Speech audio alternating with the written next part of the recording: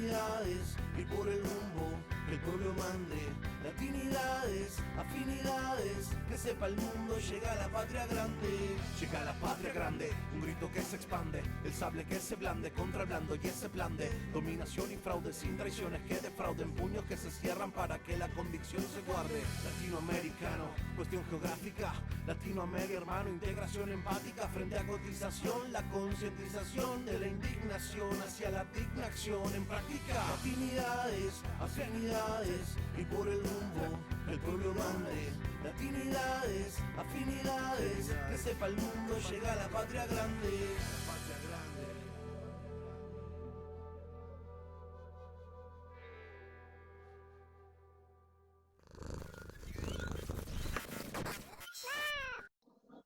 Desde México, saludamos al Estado plurinacional de Bolivia.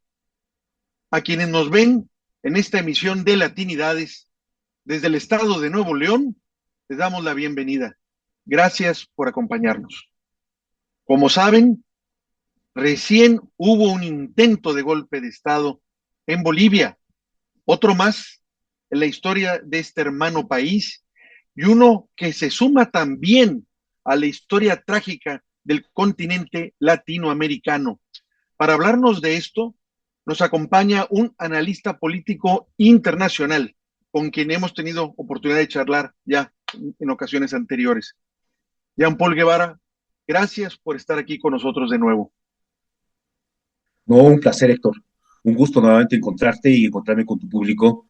Y claro, en un momento difícil para nosotros desde Bolivia, pero es un placer poder compartir y poder intercambiar ideas contigo.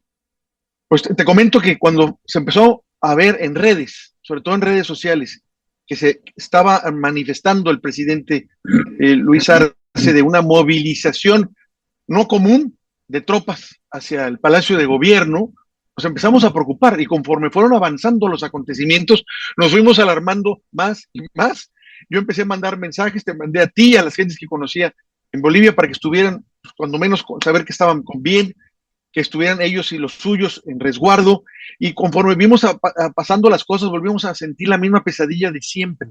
Otro gobierno progresista, otro gobierno que atiende al pueblo, está amenazado y sufriendo, en este caso, un intento de golpe de Estado, como ya lo sufrió anteriormente Bolivia cuando estaba de presidente Evo Morales. Entonces realmente sentimos mucha angustia, sobre todo por el panorama que se ha manifestado en los últimos tiempos en el continente. Como lo vimos, a Lula apenas iba a tomar posesión, trataron de dar un golpe de Estado.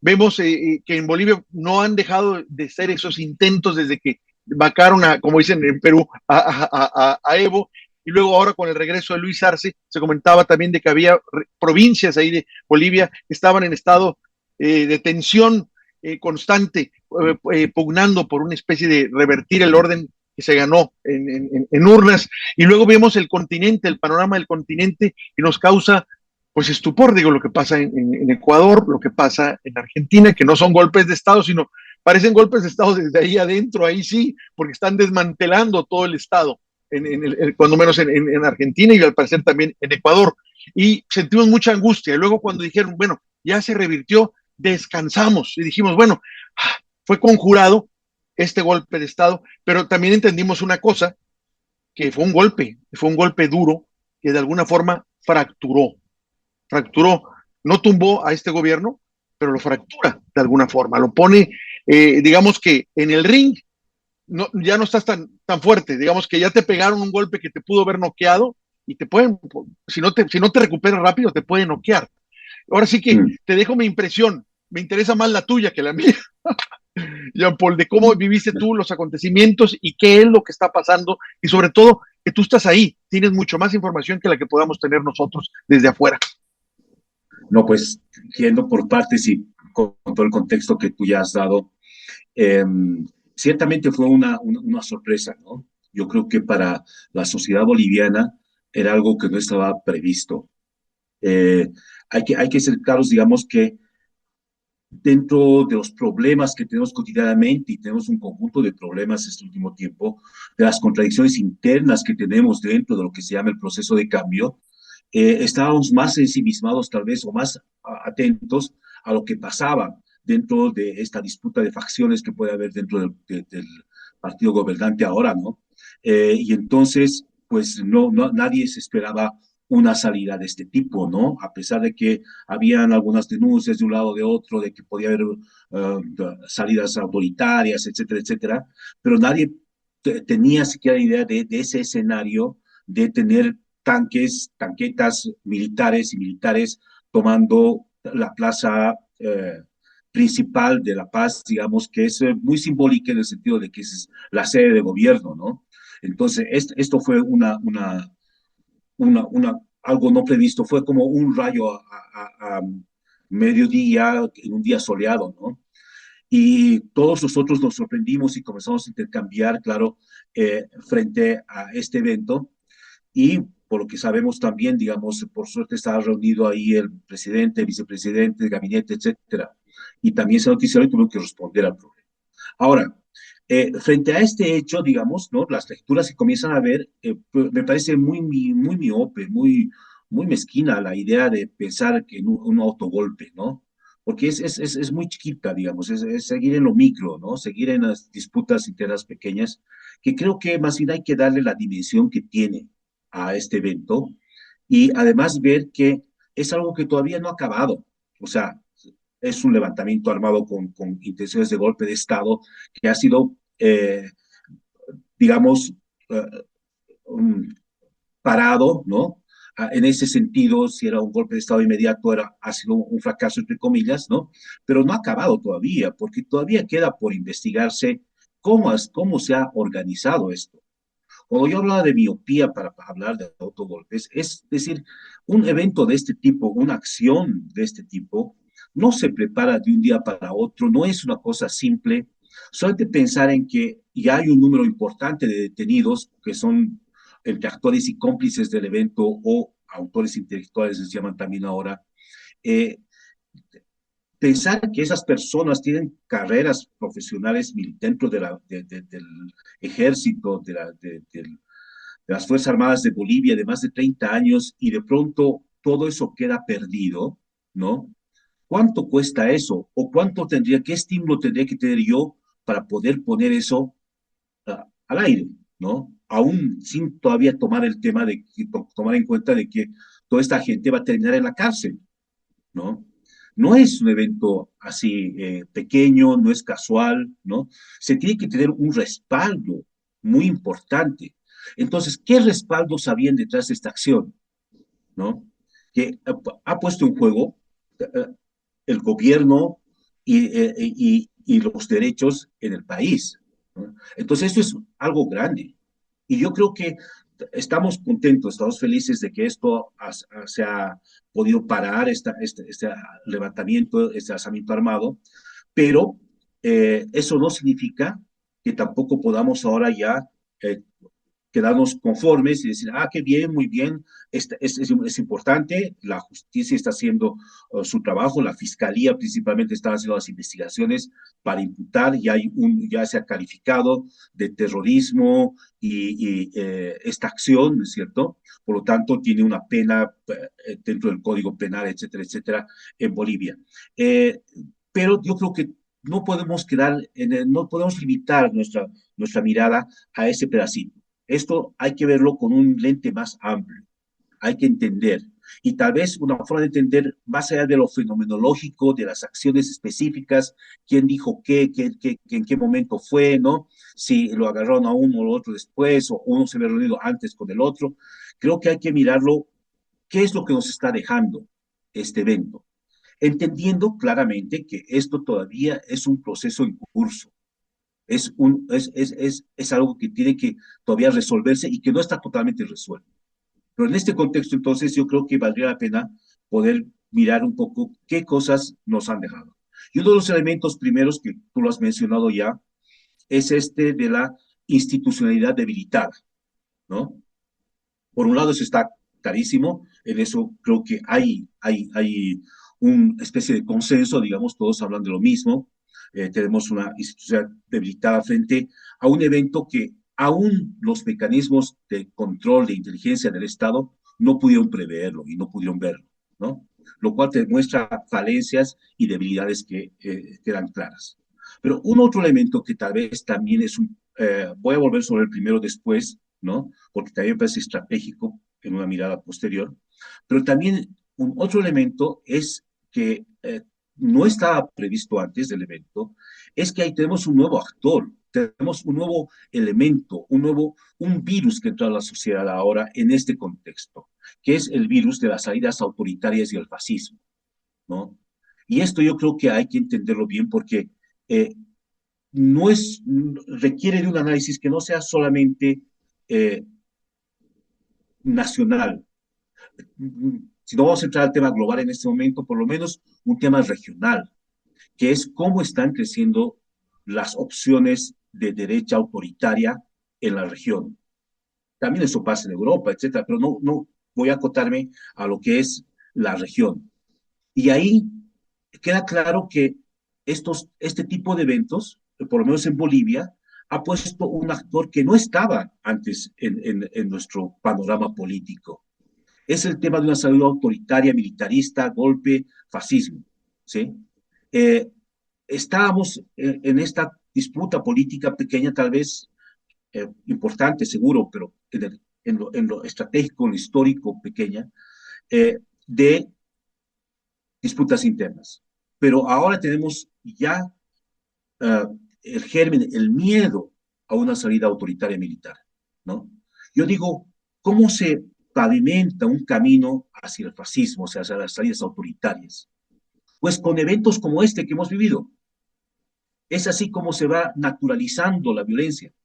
Para que, por ejemplo, y te lo comentaba en algún momento, para que llegue un Milei a la presidencia de Argentina, no fue de un día para otro, no fue solamente sets de televisión y happenings o performance que hacía el señor llamando la atención. No, se fue naturalizando una salida autoritaria. Y eso también pasa aún por ese atentado contra la vicepresidenta Cristina Fernández de Kirchner. Y esa bala que no salió de la recámara de esa pistola. Pero salió o no salió, quedó instalada ya la idea de una salida de ese calibre, de esa posibilidad de acabar con el enemigo. Después entonces no era tan extraordinario pensar que venga un Milei y nos diga, tengo la motosierra para aquí acabar con lo que es el Estado, o decir que él quiere acabar con todo el Estado desde dentro del Estado. Es decir, estamos viendo una desinstitucionalización a nivel, para mí, global, pero también regional, ¿no?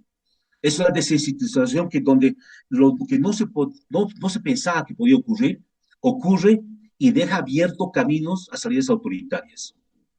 El pensar un golpe de Estado o un intento de golpe también de Bolsonaro en Brasil, ¿no? Solamente el ver, digamos, ese debate que hubo hace 2 días de las presidenciales de Estados Unidos entre dos señores que uno no sabe cuál todavía va a poder llevar adelante un gobierno, ¿no? Por distintas causas, pero ninguno de los dos parecía habilitado o apto para ello. Pero ese es el grado de desinstitucionalización que estamos viendo.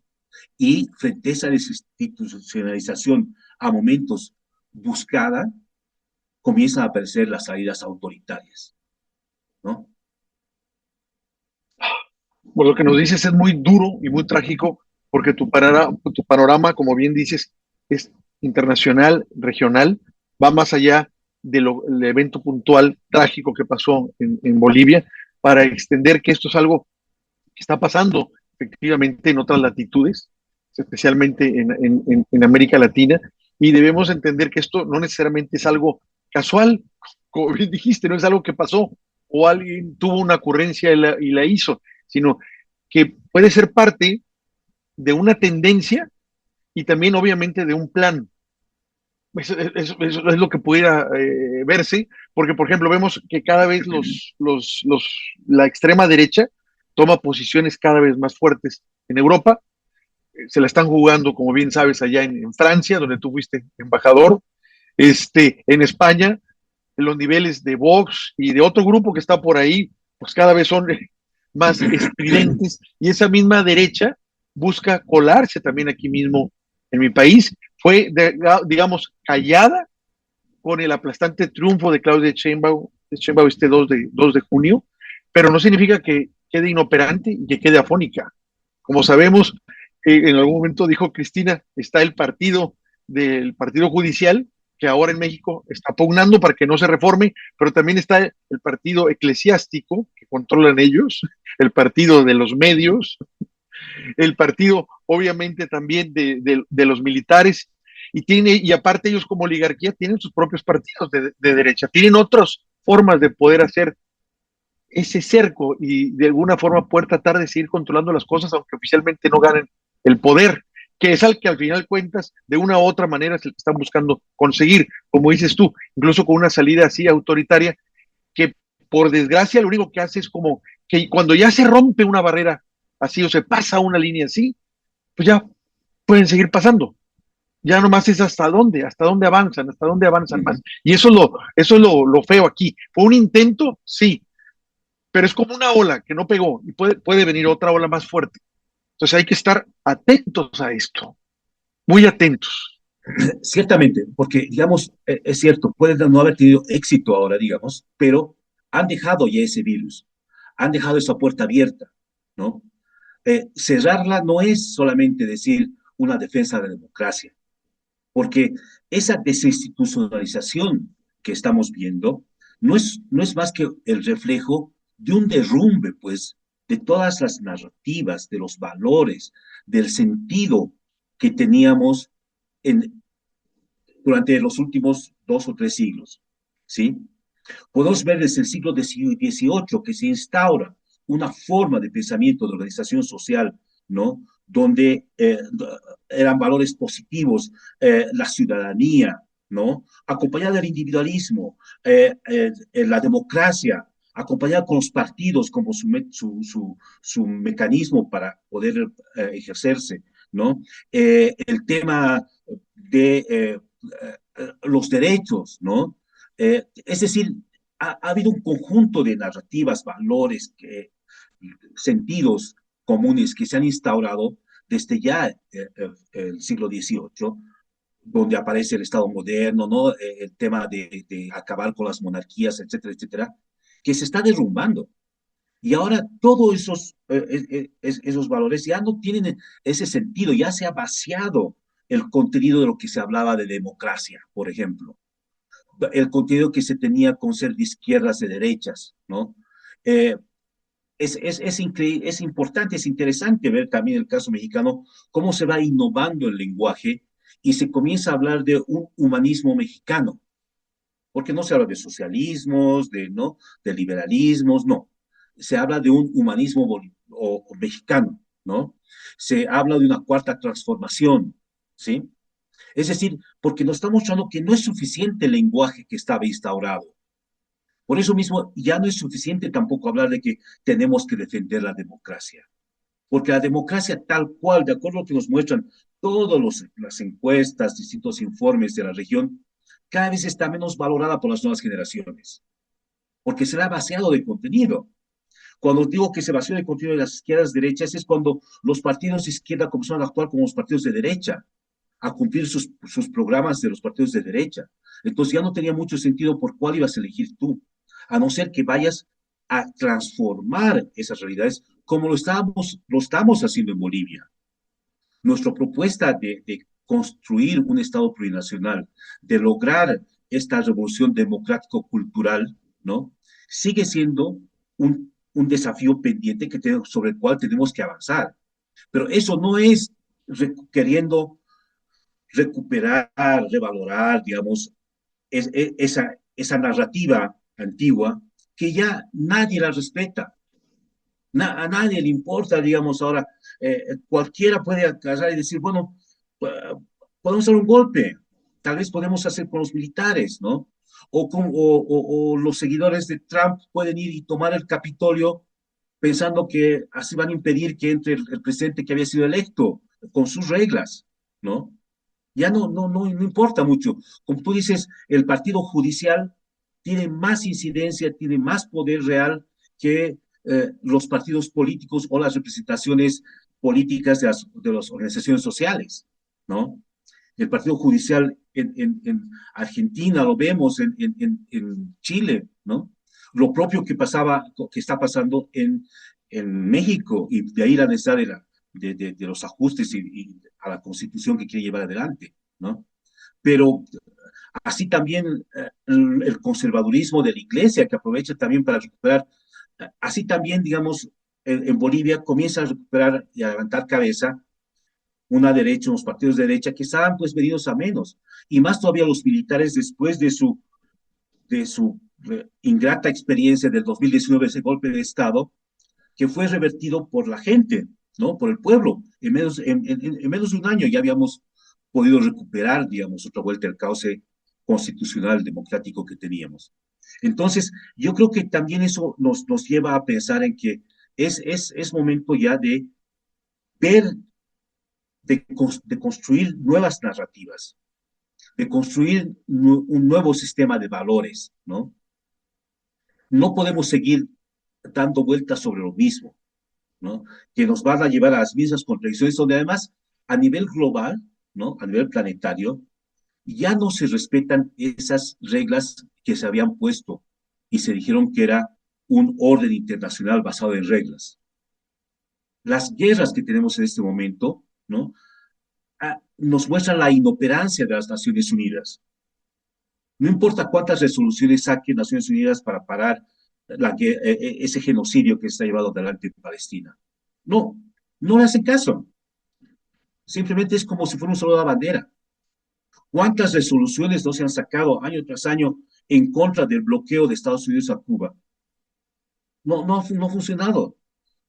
Ese orden internacional basado en reglas ya es solamente una retórica vacía, porque no están haciendo caso. Entonces, es en ese escenario que nos estamos moviendo, en ese escenario que el desafío no es solamente entonces superar, responder a un golpe, a un levantamiento armado, sino también es ver qué vamos a hacer posteriormente, ¿no? ¿Qué respuesta damos en este contexto? Creo que ahí están los mayores desafíos a partir de experiencias como la boliviana que estamos viendo también en lo cotidiano, ¿no? Lo que dices tú digo, es muy interesante porque nos permite ver esa experiencia a un nivel mucho más amplio. Y creo que aquí habría también que puntualizar lo que dijiste tú al principio, que pensar que esto es una especie en redes yo cuando menos lo vi, la gente alegaba mucho que era una especie de autogolpe. La pregunta que yo me haría sería, ¿a quién beneficia ese planteamiento? ¿Realmente a quién está beneficiando decir eso? Pues a la derecha, a la derecha que sale de reflectores y hace que, no, pues ellos, yo no hice nada, mira, entre ellos están dando en la torre, pero ellos son los que se benefician de esto realmente. Entonces, yo diría que de entrada para los escépticos, mientras no haya pruebas contundentes para una afirmación de esa naturaleza, pues lo mejor es esperar y no hacerle juego a una derecha que está ahí en Bolivia latente para dar otros zarpazos. No se han rendido, ahí están Definitivamente. buscando la manera de incidir y volverse a apropiar del Estado como lo tenían antes. Y vamos, aquí también es el mismo temor, como te digo, Claro. sí, perdieron arrolladoramente en las urnas, pero Mm. hay formas en las que ellos se manejan que no necesariamente están en urnas. ¿Sí? No. No tiene que ver con la forma de que si votan o no votan, exceden eso y tienen mucha capacidad de maniobra. Y ahorita lo vimos en Bolivia, y cada vez que pasa un suceso así de duro, como mencioné, cuando Lula recién estaba tomando posesión, le hacen un golpe de Estado también, un intento de golpe de Estado, al grado tal que no confía él en los militares. Él está, como ya han sacado ya alguna presa, a él lo vigila la policía, que fue la que respondió a ese Mm. intento de golpe. Y también dicen de que precisamente que tuvo que escoger con quién se iba. Entonces prefirió irse con el partido judicial, que lo había encerrado, para tener la oportunidad de empezar a juzgar a los militares del hecho. O sea, tuvo que escoger entre el menos peor de algo ya que estaba, de un sistema que está mal, ¿no? Y te digo, y si vamos al caso de lo que está pasando en Argentina y lo que está pasando en Ecuador, pues vaya, y los intentos que ha tenido cada vez que, ya no sé cuántos intentos lleva de amenaza de golpe allá Xiomara en Honduras. Y también, obviamente, Petro, que ha pedido más de una vez que la gente salga a la calle a refrendar simplemente por el gobierno por el que votaron. Entonces dices tú, esto, ¿cómo lo podemos medir? ¿Hay un plan atrás de la derecha o simplemente, digamos que es una tendencia de gente autoritaria que ahí está irrumpiendo y haciendo fuerza con ese virus, como bien dices tú, en los lugares donde opera? La verdad Sí, no sé, pero aún así, tanto si es algo que es una tendencia, digamos, como una especie de que todo el mundo trae eso, pero no por un plan preconcebido, o bien, si esto obedece a un plan, uno tiene que estar atento en cualquiera de las dos opciones, porque los resultados pueden ser exactamente los mismos, desastrosos. claro. Y digo, no necesariamente tienes que tener un, un plan elaborado, digamos, ¿no? Hay intereses concretos y eso es fáctico, digamos. Es decir, eh,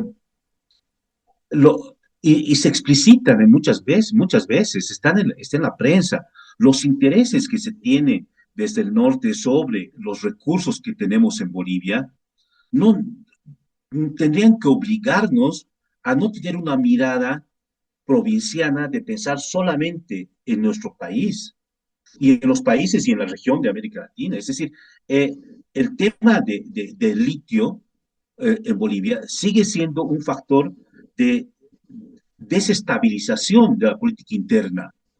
Es como lo que pasa con todos los recursos de los países del África. Es a partir de tantos recursos que tienen que no pueden tener una estabilidad política, porque los que quieren apropiarse de esos recursos no van a dejar que sea una vida fácil. Es lo que ha pasado. La razón está por demás, digamos, discutido y analizado que una de las razones fundamentales del golpe de Estado del 2019 en Bolivia fue el tema del litio, ¿no? Y cómo vamos nosotros a explotar y cómo vamos. Ahora sigue estando en primera plana el tema del litio. Esa transición energética que se busca a nivel mundial tiene pues unas bases materiales concretas y tiene insumos materiales concretos, como antes fue toda el tema del petróleo, ¿no es cierto? Uh -huh. Y todas las guerras que hubo por el tema del petróleo y de energía, obviamente. Ahora tenemos lo mismo con el tema del litio. El triángulo del litio, que tiene más de 85% de las reservas de litio del planeta, está entre Argentina, Chile y Bolivia. Entonces, y de pronto uno ve que hay un proceso en Argentina que ya está permitiendo que los intereses corporativos más fuertes, más importantes, digamos, de ese gobierno corporativo global, tienen acceso a esos recursos de la forma más simple, más directa. Chile también. Y de pronto Bolivia es la que no, no está en esa armonía con esos intereses. ¿No? De pronto Bolivia es el que, digamos, el factor ahí que no se alinea con eso. Y queremos todavía nosotros tener una explotación soberana de nuestros recursos naturales. Entonces, obviamente que ahí hay muchos intereses que están en juego, que están jugando en la política interna boliviana también y en la política regional también. Es decir, esos son los elementos que tenemos que tener presentes, aún para cualquier análisis. Por eso es que decía que es miope hablar solamente de un autogolpe, ¿no? Es decir, no nos está permitiendo ver el conjunto del fenómeno, en qué marco nos insertamos nosotros y nuestro proceso de transformación social, política, de la construcción del Estado plurinacional en Bolivia. Entonces, y entonces ahí está todavía la mayor necesidad de miradas mucho más precisas, ¿no? De miradas que realmente nos permitan salir. Y yo digo, ¿qué es lo que nos ha salvado? Y ahí tenemos experiencia en Bolivia, eh, experiencia golpista tras experiencia golpista, experiencia militarista, fascista, ha sido la organización del pueblo, de la sociedad en su conjunto. Y eso también nos ha permitido revertir el golpe de Estado de los 2019, la autoorganización que tenemos. Y ese es un chip, digamos, un virus que tenemos en la sociedad boliviana, en el sentido positivo en este caso, de el sentido comunitario, donde podemos autoorganizarnos y salir. Y creo que esa es una de las respuestas más importantes para, a nivel regional, también a nivel continental, para enfrentar esta arremetida del fascismo. Se dice en Europa que al fascismo se lo enfrenta con derechos. Está bien, esa es una de las posibilidades, pero fundamentalmente se le enfrenta con la lógica, la autoorganización y la lógica comunitaria. Porque en el fondo el fascismo va a buscar salidas individuales, autoritarias, de fuerza, de quien tiene la fuerza para imponerse. Pero frente a eso está la comunidad, está eh, eh, la autoorganización. Creo que por ahí podemos encontrar algunas respuestas. Para ya no quitarte más tiempo, Jean Paul, ¿qué resumen podrías dar de ahorita cómo está la situación allá en Bolivia después de esto, de este horrible incidente que se vivió? ¿Cuál sería el ánimo de las personas o qué sientes tú en el ambiente en estos momentos? Yo creo que eh, hay un ánimo extraño, es decir, hay una sensación extraña, es haber pasado en menos de 24 horas por un evento traumático necesariamente, un evento que ha instaurado miedos, fobias en la sociedad, ¿no? Que tal vez estaban antes, pero que ahora se hacen todavía más presentes. Entonces, eh, superar estos golpes, estos traumas sociales, ¿no? Requiere de uh, fomentar, de apuntalar la confianza, de apuntalar la solidaridad, la empatía, ¿no? Y creo que ese, es, ese desafío tenemos ahorita en Bolivia, tienen los partidos políticos en Bolivia, tiene el partido de gobierno en Bolivia, en vez de seguir por con una dinámica más bien fraccionadora, disgregante, ¿no? Tenemos que apuntalar una dinámica, una pulsión de la unidad, de la solidaridad, de la empatía, para poder sobreponernos también a estos eventos. Además de encontrar, obviamente, la investigación y los responsables y todo lo demás, que es lo formal, ¿no? Claro, pues no la tienen tan fácil, así como me la estás No, platicando, no la tienen tan fácil, porque evidentemente se sabe que hay una división dentro del partido, que digamos que la izquierda está de alguna forma dividida y es una lástima porque eso vulnera y alienta precisamente el evento que pasó hace unos días. O sea, estos tipos de eventos alientan a que la derecha se emocione y digan, ahorita los agarro distraídos, ahorita están debilitados, y hoy entro y puedo tener opción de ganar. Y qué bueno que no fue así, que se pudo revertir. Y me tocó ver transmisiones en vivo de que la gente estaba en la calle, que había funcionarios incluso del gobierno que estaban también en la calle manifestándose en contra de esto, y qué bueno que pudo lograrse. Eso habla bien también de la conciencia política pues, del pueblo boliviano, y que no se va a dejar tan fácil de vivir una situación que ya la vivió y que la pudo revertir, pero a un costo fuerte. Hubo muchas muertes cuando fue ese golpe, con esas dos masacres que hicieron. El pueblo paga con sangre, sangre siempre sus derechos, y de veras eso duele en el alma. Siempre detienen a uno, sí, pero ¿cuántos mataron? O sea, no hay una vida de estos cucarachos, no vale la de los que salieron a protestar por todos, ¿no? Yo espero realmente que esto se restablezca pronto allá en Bolivia. Te mando de veras un fuerte abrazo, mi solidaridad. No están solos.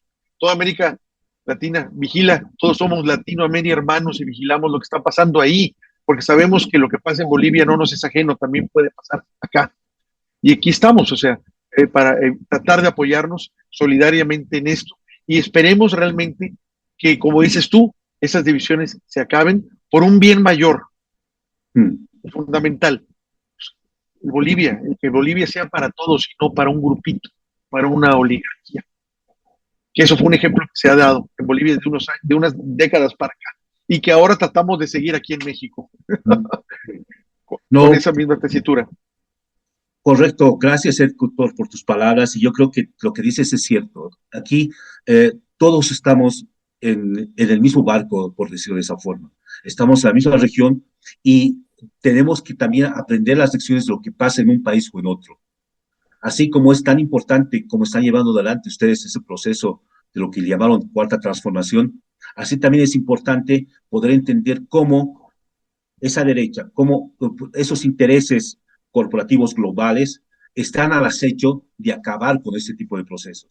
Y nosotros también desde Bolivia también tenemos que tener nuestra propia reflexión para entender que lo que está en juego es mucho más allá que simples voluntades o deseos individuales. Nuestro proceso de cambio hay que encontrar las propuestas alternativas a ese derrumbe de narrativas, a esa desinstitucionalización global que estamos viviendo. Entonces, ahí nuestra responsabilidad es todavía mayor, ¿no? Y yo tengo también la expectativa y la esperanza de que podamos sobreponernos a estos momentos y a estas diferencias pequeñas, o para mí por lo menos muy mezquinas que tenemos en este momento. No te quito más tiempo, Jean Paul. Te mando un fuerte abrazo y estamos en contacto. Abrazos, abrazos, Héctor. Saludos y seguimos ahí en Jayaya. Buen día, Jayaya.